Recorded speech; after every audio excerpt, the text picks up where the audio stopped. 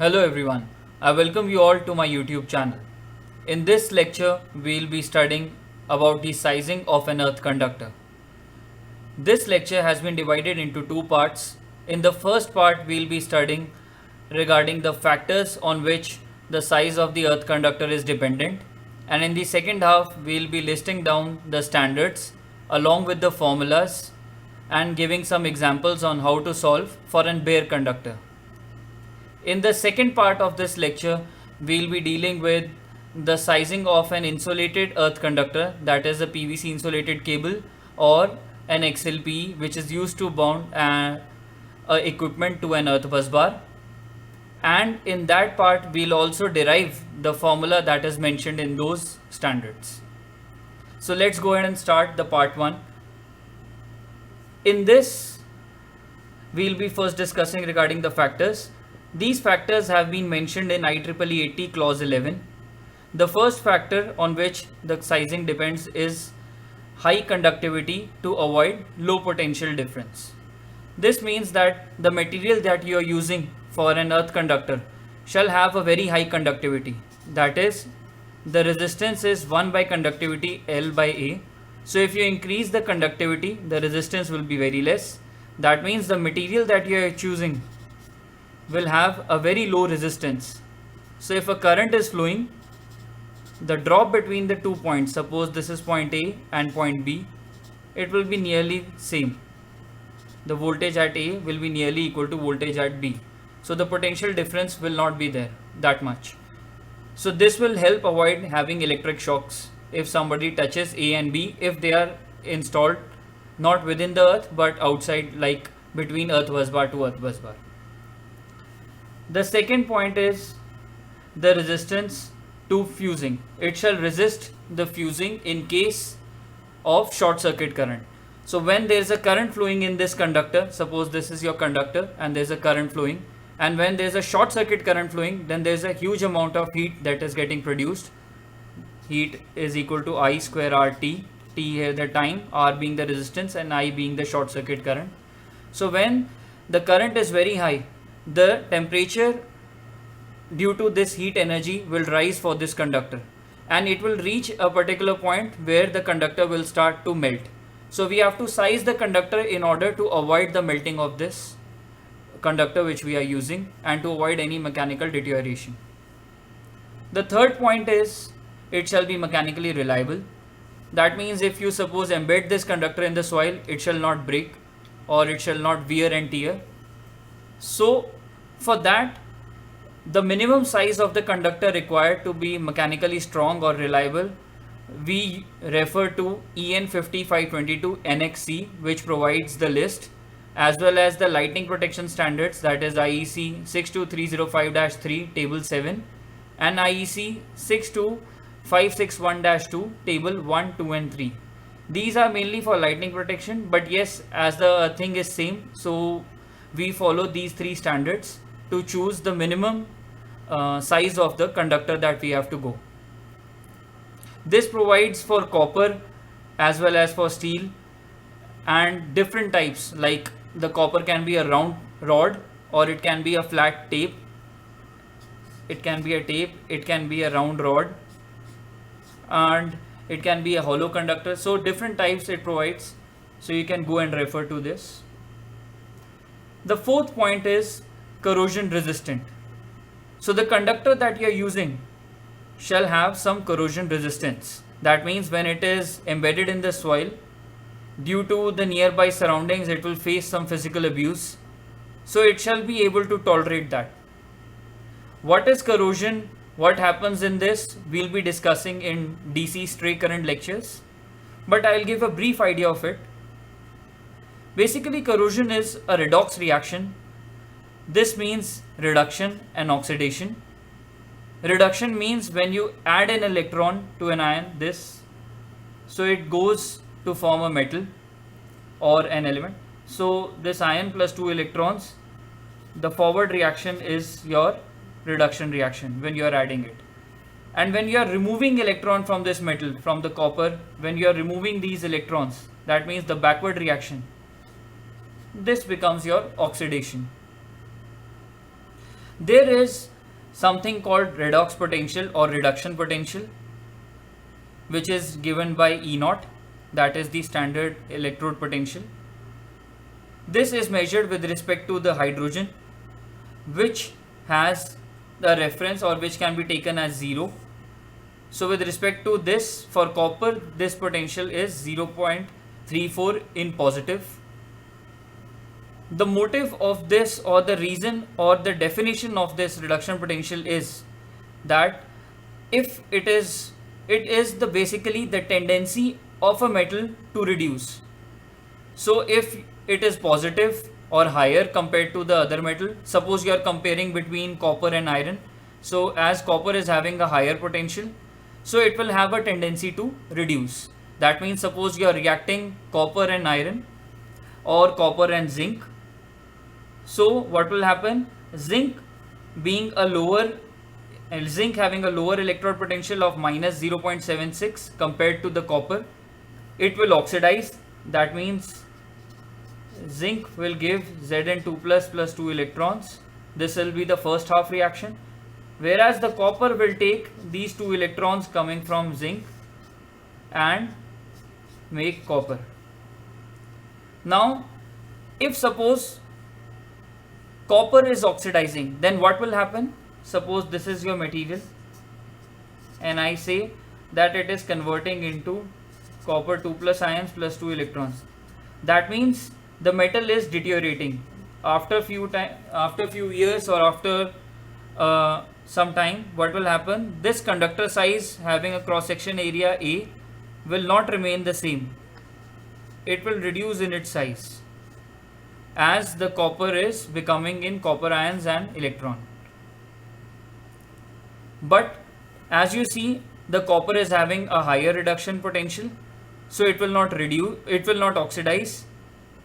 So that's why copper is a preferential metal for earth electrodes. Whereas if you check for aluminium, what will happen? The aluminium is having minus 1.66. So if you react it with zinc, like there will be some zinc chlorides in the soil or other calcium or sodium chlorides, but suppose there is a zinc chloride nearby and there is zinc 2 plus ions or zinc is available. So what will happen, or any surface which is galvanized is kept near the aluminium. Suppose this is your aluminium and this is your zinc rod. What will happen? This aluminium will now oxidize. So this aluminium will follow this backward reaction and give aluminium 3 plus 3 electrons, and some electrons will be taken by the zinc ions available, and this zinc ion will then available in this medium with these electrons will form zinc. So that is why we try to avoid, or we definitely do not go with aluminium in the embedded earth system. We do not use aluminium as the earth electrodes. We prefer copper or we go for steel. But normally in case of theft, if you cannot install copper, so what you do, you provide copper cladded steel. You go for copper cladded steel rods. So I hope you have understood the process of corrosion. Now we will understand the list of standards and the formulas that are available. So the main standard is IEEE 80, which we use.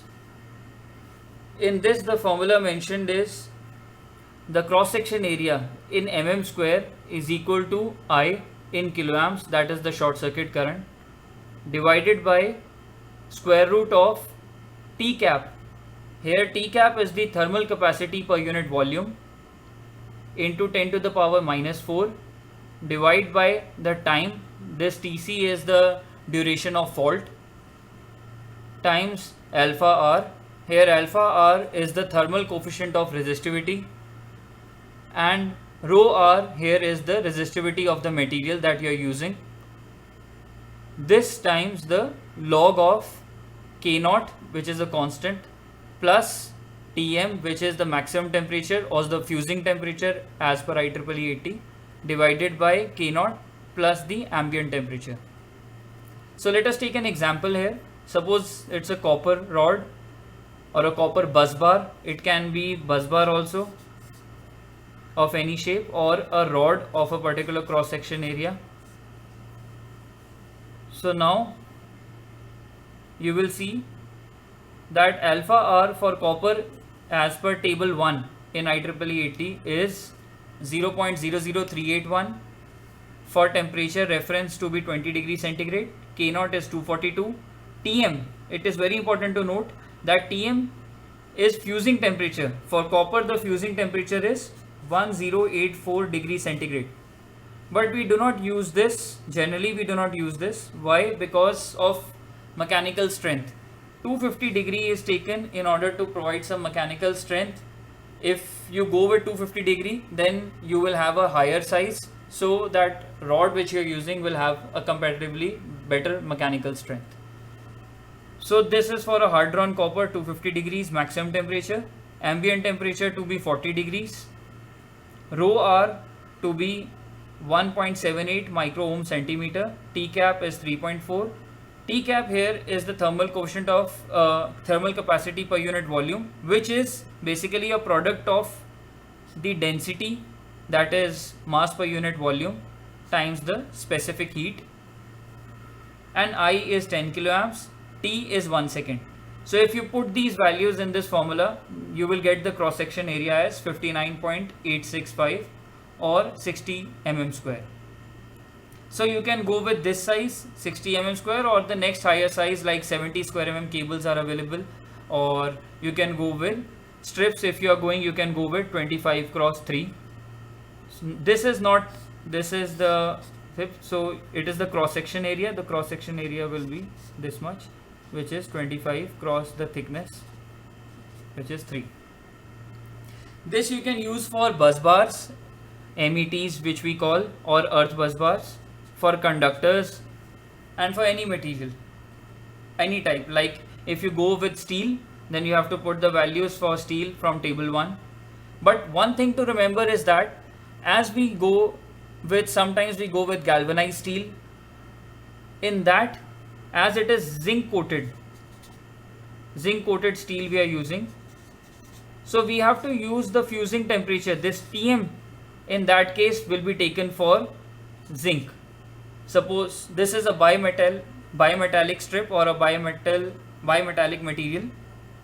So whenever you are choosing a bimetallic material, you have to choose the one which is having a lower fusing temperature. So in case of steel and zinc, steel is having around 1400 to 1500 degrees centigrade as the fusing temperature, whereas zinc is only having 419. So in that case you have to go with 419. An important point to note is that most of the calculations which we are doing is we are taking this I as 3-phase short circuit, whereas in case of earth faults, this is generally line to ground or double line to ground. I will be discussing this in details in the later lecture series, but just giving a brief idea. Now, the other standard available instead of IEEE 80 are EN 5522 or IEC 60364-5-54. Annex A and Annex D of this standard provide the formula. The cross section area here is equal to I is in ampere, here it is in kiloampere, here we have to put in amperes, divide by K, which is a constant. It is for copper, it is having a value of 226, aluminium 148, steel has 78, times the square root of TF. TF here is the time duration for the fault current in which it will trip or fault will go away, which we are taking as 1 second, same as this one, divided by log of theta final, that is the final temperature, plus beta divided by theta initial plus beta. Theta initial is your ambient temperature. This beta is again a constant which is dependent upon the material. For copper it is 234.5, for aluminium it is 228, for steel it is 202. So by putting these values in this expression and theta final as 300 degrees centigrade and theta initial as 40 degrees centigrade, we will get a value of 54.20 mm square. Now this theta final is 300 degrees centigrade as per 5522 NXD. Whereas as per this standard, that is 6364-5-54, in Annex A there are tables in which it provides the value for copper in normal conditions. There are different conditions. One is visible and restricted area, where it can go up to 500 degrees centigrade, whereas for normal condition it is mentioned 200 degrees centigrade. And also as per IEC 60865-1 table 6, in this standard also for copper or aluminium the value taken is 200 degrees centigrade. This standard is for sizing the overhead conductors like contact and catenary. This standard also does not provide the value for embedded earth conductor. In case of embedded, we can go with a higher temperature. So that's why it is better to avoid this 200 and go with the value as mentioned in 5522. Suppose you go with 200, the value comes out to be 65.29 mm square. Whereas with 250, which is mentioned in IEEE 80, the value comes out to be 58.7, and for 300 it is 54.2 mm square. So you can compare this, that the value mentioned here as per IEEE 80, using this formula, for 250 degree it is coming nearly 60 mm square. Similarly for this at 250 degree with EN 5522, it is coming 58.7. So you can go ahead and choose any of the standards as per your contract. I hope you enjoyed and you learned from this. So please subscribe to my channel, and God bless you all.